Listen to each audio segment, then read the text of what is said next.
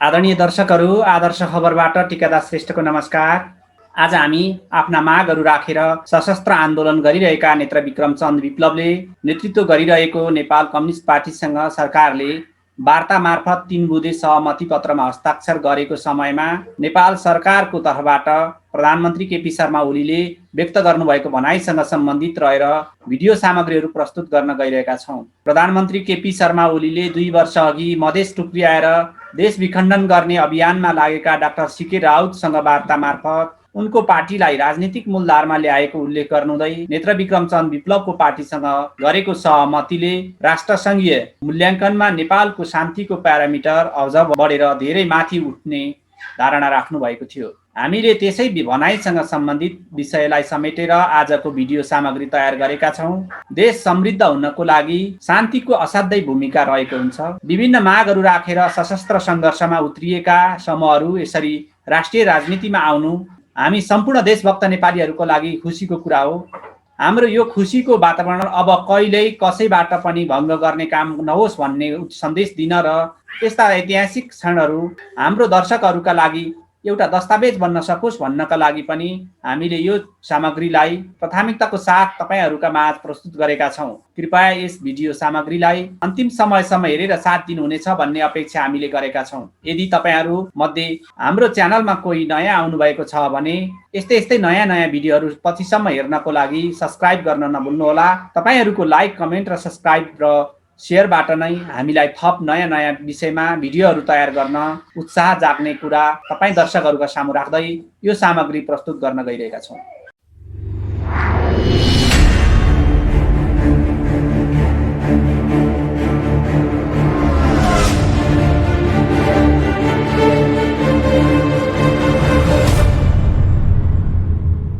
आजको निष्कर्षको ठुलो उपलब्धि, आजको कामको ठुलो उपलब्धि त्यही हो। हिंसात्मक द्वन्द्व छैन र शान्ति छ।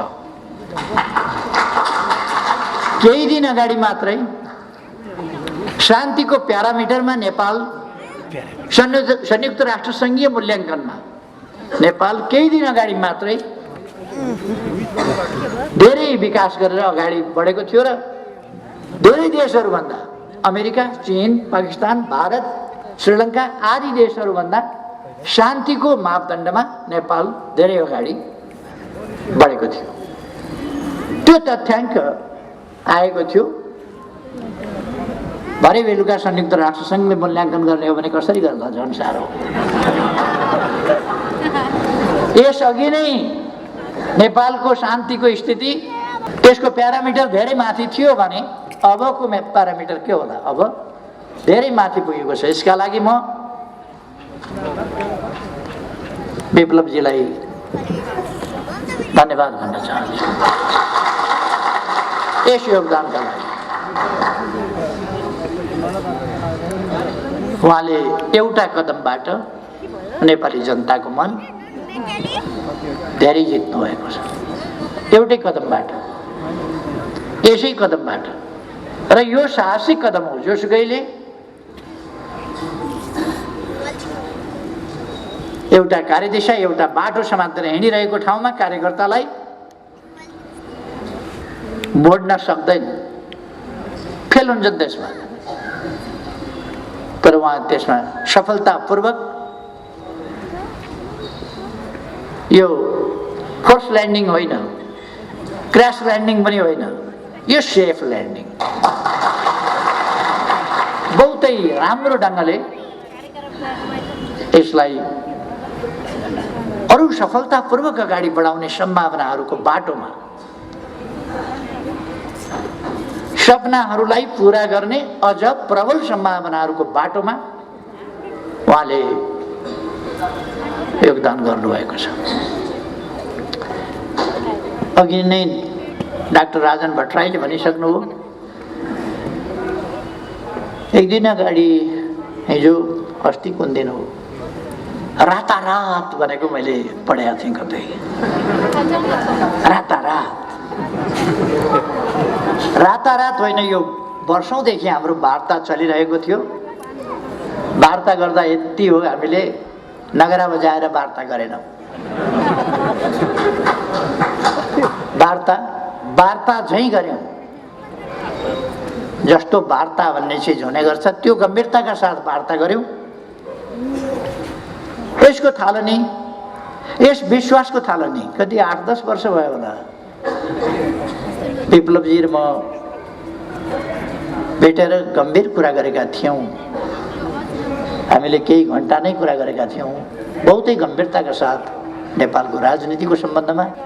र मेरो उहाँप्रतिको विश्वास र उहाँको म प्रतिको विश्वास सायद त्यसै समयदेखि त्यसै वार्तादेखि एउटा जग मजबुत हुँदै आएको थियो र त्यो आज आइपुगेर यस ठाउँमा पुगेको छ।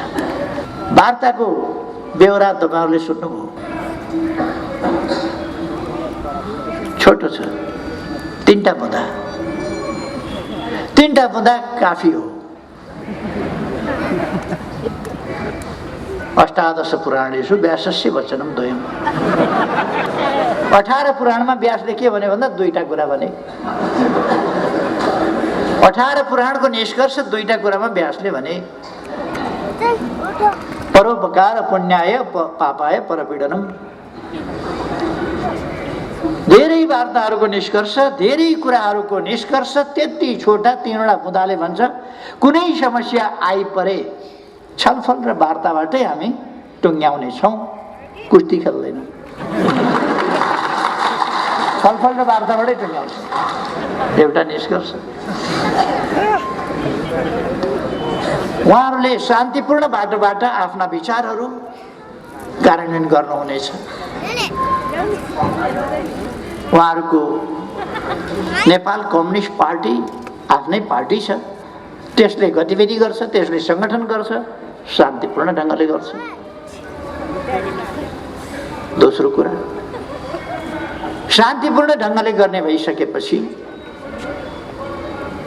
उहाँका नेता कार्यकर्ताहरू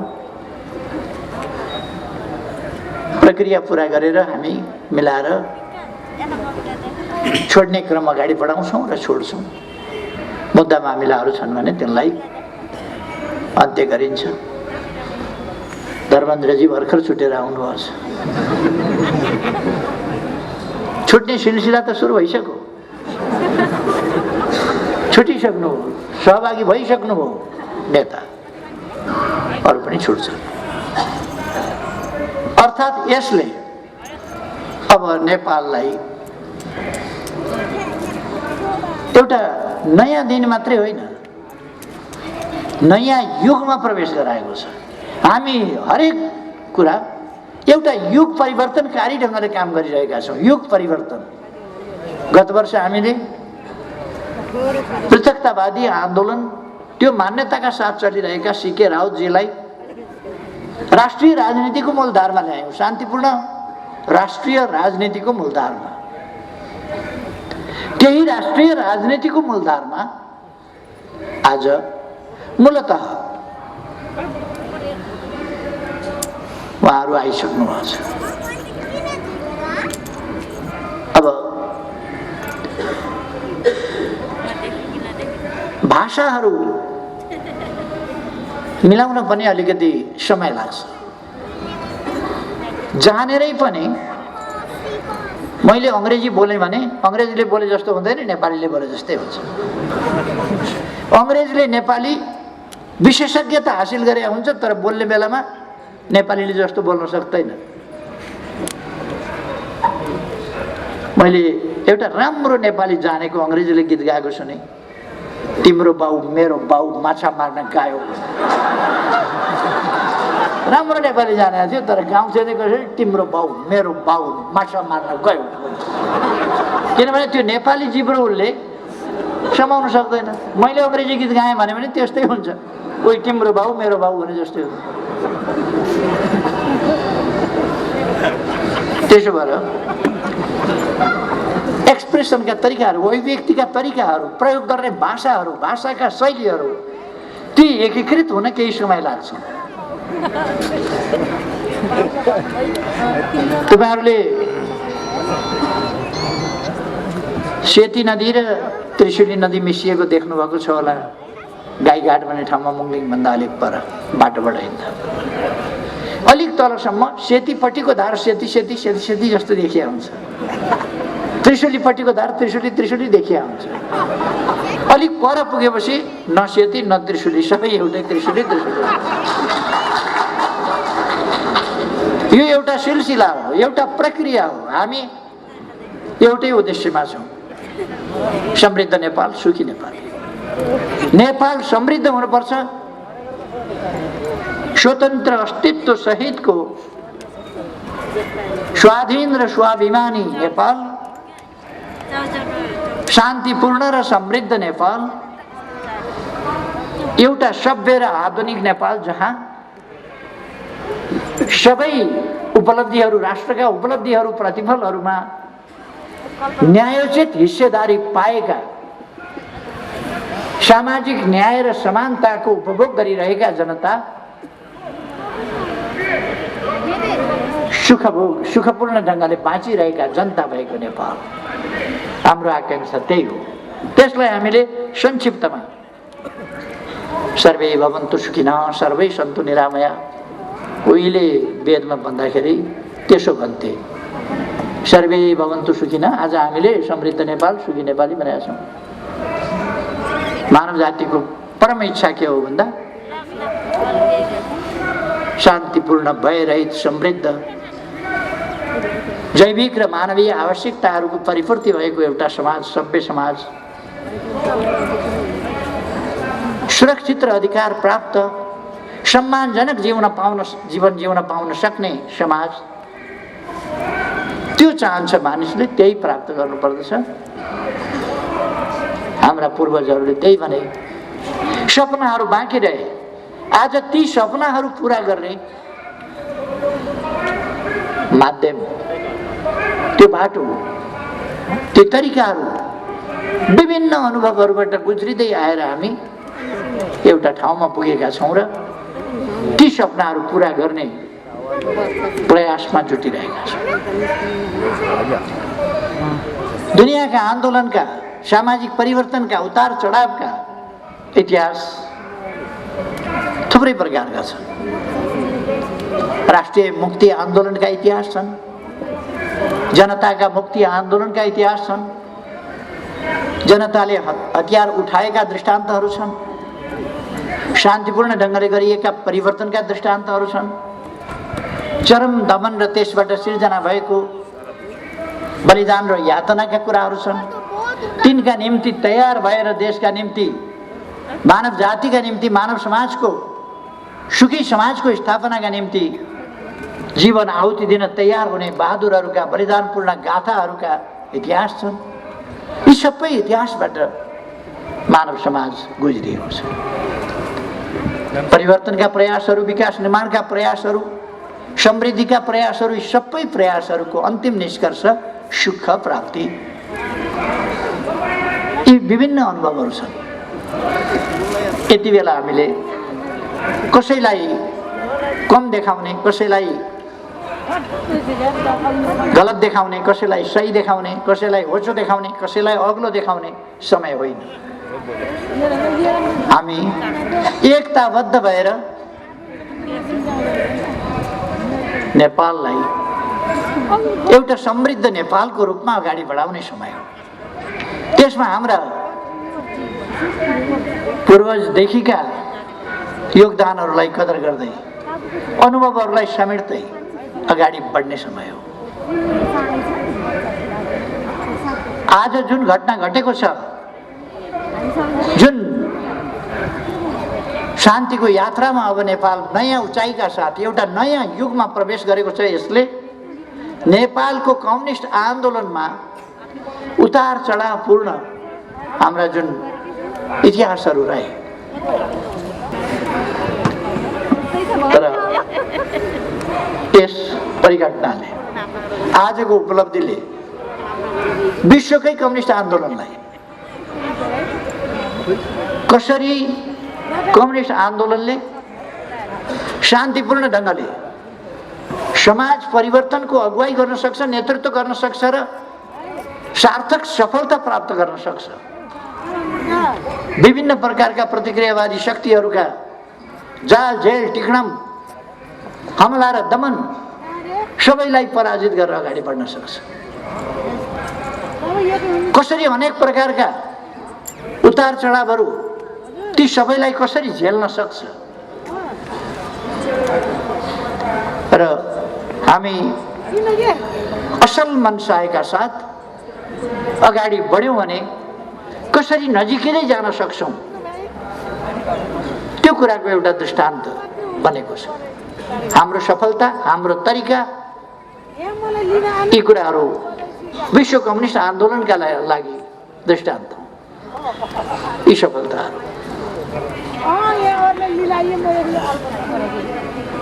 अब केही मान्छेहरू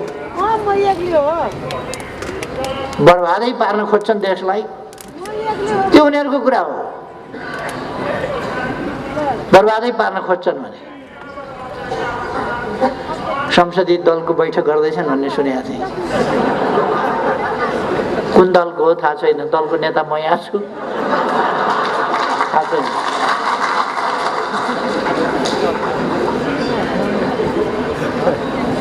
उहाँहरू लाग्नु भएको छ मरि मेटेर।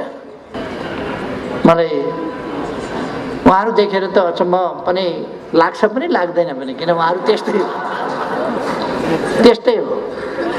त्यस कारण अचम्म पनि लाग्दैन। अचम्म के लाग्छ भने यति साह्रो, यति नग्नताको पनि यो हद, आफ्नो 2/3 फोडेर छोड्ने, भाँडेर छोड्ने, भत्काएर छोड्ने, आफ्नो प्रधानमन्त्री हटाएर छोड्ने, किस्तीमा प्रधानमन्त्री लिएर खाइदिनुहोस् न, खाइदिनुहोस् भन्ने अन्त जाने, अन्त प्रधानमन्त्री खाइदिनुहोस् भन्न जाने, लिइदिनुहोस् न प्रधानमन्त्री, हामी बनाउँछौँ नि तपाईँलाई, लिइदिनुहोस् न प्रधानमन्त्री भन्ने, आफ्नो 2/3 को जार्ने। अनि हामी छौँ नि तपाईँका पछाडि लाग्ने भन्ने, नाविक हुन छोड्ने, हेल्म्सम्यान हुन छोड्ने, पछाडि लाग्ने, नेतृत्व गर्न छोड्ने, नेतृत्व गरिदिनुहोस् भन्न जाने। कुन आइडियोलोजी भित्र पर्छ मलाई थाहा छैन, मैले पढेको मार्क्सवादमा यो पर्दैन। मार्क्सवादका ठुला गफ गरेर सुन्छु म, त्यो मार्क्सवादको कुरा बेग्लै हो। एउटा अलिकति भ्रम छर्न खोजिएको छ, हामीले प्रधानमन्त्रीको यसलाई प्रस्ताव राख्यौँ, उसलाई प्रस्ताव राख्यौँ भनेर हामी कसैलाई पनि प्रधानमन्त्रीको प्रस्ताव अनुचित ढङ्गले राख्नेवाला छैनौँ। हामी प्रधानमन्त्रीको प्रस्ताव कसैलाई राखेका पनि छैनौँ, राख्दा पनि राख्दैनौँ। हामीले भनेको त देशमा को राजनीतिलाई अस्थिरतातर्फ धकेलियो, अस्थिरतातर्फ जान नदेऊ, लोकतन्त्रको हुर्मत लिने काम हुन लाग्यो। त्यसकारण स्थिरता, स्थायित्वतर्फ, लोकतन्त्रको सही अभ्यासतर्फ जाउँ भनेर हामीले प्रतिनिधि सभा विघटनको प्रस्ताव गरेका थियौँ र विघटन गराएका थियौँ। अब फिर्ता आएको छ, फिर्ता आएपछिको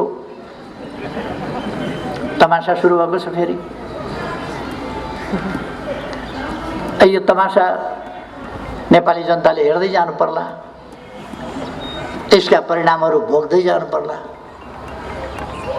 तर म के आश्वस्त पार्न चाहन्छु भने यस देशमा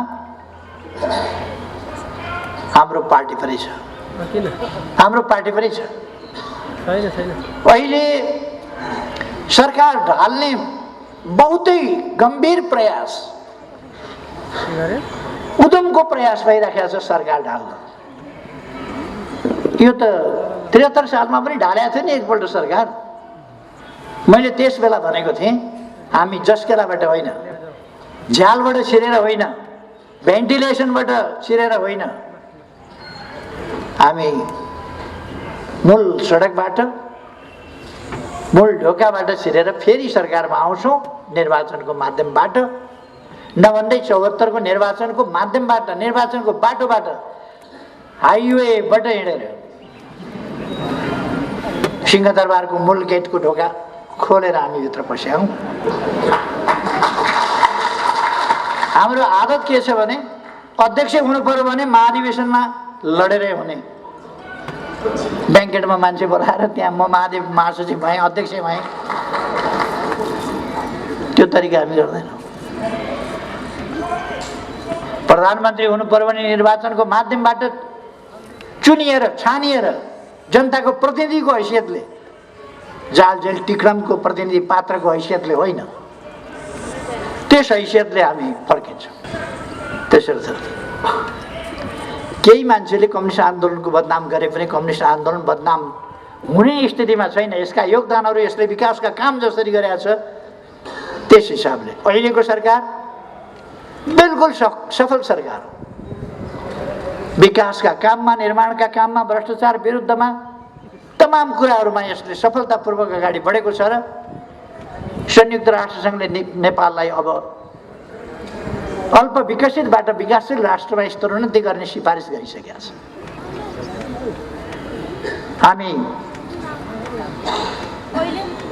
सन् 2030 भित्रै दिगो विकास लक्ष्यहरू प्राप्त गर्ने उद्देश्यमा डटेर लागेका छौँ र त्यस अगावै हामीले ती लक्ष्यहरू प्राप्त गर्नेछौँ। ठुल्ठुला विकासका आयोजनाहरू, युगान्तकारी आयोजनाहरू, ठुला परिवर्तनका आयोजनाहरू मैले हिजो मात्रै पनि 1,85,000 बिघा जमिन सिँचाइ गर्ने, तराईमा सिँचाइ गर्ने, सुनकोशी मरिन डाइभर्सन, 31 मेगावाट विद्युत निकाल्ने, त्यस आयोजनाको शिलान्यास हिजो मात्रै गरेर आएर 5 वर्षभित्र बारा, पर्सा, रौतहट, सर्लाही, महोत्तरी र धनुषाको केही भाग समेतका 1,85,000 बिघा जमिन 5 वर्षभित्र हामी सिँचाइ गर्छौँ। मैले भन्नु पर्दैन, एकै दिन 109वटा अस्पतालको शिलान्यास गर्छ यो सरकार। अस्तिका दिन मात्रै मैले 132वटा घर, जमिन समेत घर बनाएर भूमिहीन जनतालाई दिने कार्यक्रमको शिलान्यास गरेर आएँ मोरङमा। झापामा 37वटा घर नयाँ निर्माण गरेर वितरण गरेर आइयो अस्तिका दिन। 16 गते 31वटा पुल, सडक पुल एकै दिन शिलान्यास गरेर म आएँ। 5वटा सडक पुलहरू तयार भइसकेका तिनीहरूलाई उद्घाटन गरेर आएँ। 1 हप्ताभित्र हामीले महाकालीको दैजी, कञ्चनपुरको दैजीदेखि झापाको दमक लखनपुरसम्म ठुल्ठुला औद्योगिक क्षेत्रहरूको शिलान्यास गऱ्यौँ। एउटा विवादको कारणले रहेको थियो, आज शिलान्यास भयो। केही विकास विरोधी तत्त्वहरूले त्यहाँ वितण्डा मचाउने, ढुङ्गामुढा गर्नेदेखि लिएर कार्यक्रम भाड्ने, विकासको निम्ति त्यो औद्योगिक क्षेत्रको स्थापना हुन नदिने प्रयासहरू गरे त्यहाँ कपिलवस्तुमा, रूपन्देहीमा। तर विकासका कामहरू अगाडि बढेका छन्, तीव्र गतिले अगाडि बढेका छन्। म आज त्यस सन्दर्भमा जान चाहन्न, त्यतापट्टि जान चाहन्न। हाम्रो राष्ट्र निर्माणको अभियान, विकासको अभियान, सुशासनको अभियान, भ्रष्टाचार विरुद्धको अभियान कति सफल र सशक्त ढङ्गले हरेक क्षेत्रमा अगाडि बढेको छ भन्ने कुरा शान्तितर्फको हाम्रो अभियानको, हाम्रो यात्राको यस सफलताले पनि देखाउँछ। मैले अघि नै भने नेपाल एउटा शान्तिको नयाँ युगमा प्रवेश गरेको छ। त्यसका निम्ति म नेपाल कम्युनिस्ट पार्टीलाई धेरै धेरै धन्यवाद भन्न चाहन्छु र त्यसका महासचिव नेता नेत्रविक्रम चन्द विप्लव उहाँलाई धेरै धेरै धन्यवाद भन्न चाहन्छु। यस खुला परिवेशमा र शान्तिपूर्ण राजनीतिको यस राष्ट्रिय राजनीतिको मूलधारमा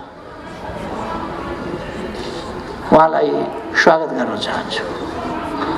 मलाई विश्वास छ यस राजनीतिमा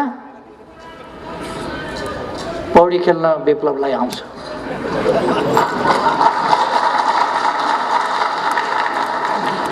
उहाँ यसमा पौडी खेलेर सफलताका साथ अगाडि बढ्नुहुनेछ मैले विश्वास लिएको छु र मैले सुरुमा पनि भने म उहाँलाई हार्दिक शुभकामना भन्न चाहन्छु सफलताका लागि। उहाँको यो नयाँ कार्यदिशामा उहाँलाई सफलता प्राप्त होस् धेरै धेरै शुभकामना भन्न चाहन्छु। वार्ता टोलीले अथक मेहनत गरेका छ। गृहमन्त्री रामबहादुर थापा बादलज्यू, खड्गबहादुर विश्वकर्मा प्रकाण्डजी, डाक्टर राजन भट्टराई जी र दीपकजी, उहाँहरूको प्रयास, लचिलापन र नेतृत्वसँगको सघन सम्पर्कमा रहेर जसरी वार्तालाई कुशलतापूर्वक अगाडि बढाउनु भयो र सफलतामा पुर्याउनु भयो, यसका निम्ति वार्ता टोली विशेष धन्यवादको पात्र छ। म उहाँहरूलाई धन्यवाद भन्न चाहन्छु। यस बीचमा यस काममा योगदान पुर्याउने साथीहरू, प्रत्यक्ष परोक्ष प्रकट अप्रकट विभिन्न ढङ्गले योगदान गर्ने साथीहरू सबैलाई, विभिन्न क्षेत्रहरूलाई, पक्षहरूलाई, सबैलाई पनि हार्दिक धन्यवाद भन्न चाहन्छु। र यो एउटा खुसीको दिन, एउटा युग परिवर्तनको दिन, एउटा महान सफलताको दिन, कसैले पनि नहारेको र सबैले जितेको, देशले जितेको दिन। यस दिनलाई सार्थक बनाऊ। फेरि एकपल्ट छु, धन्यवाद।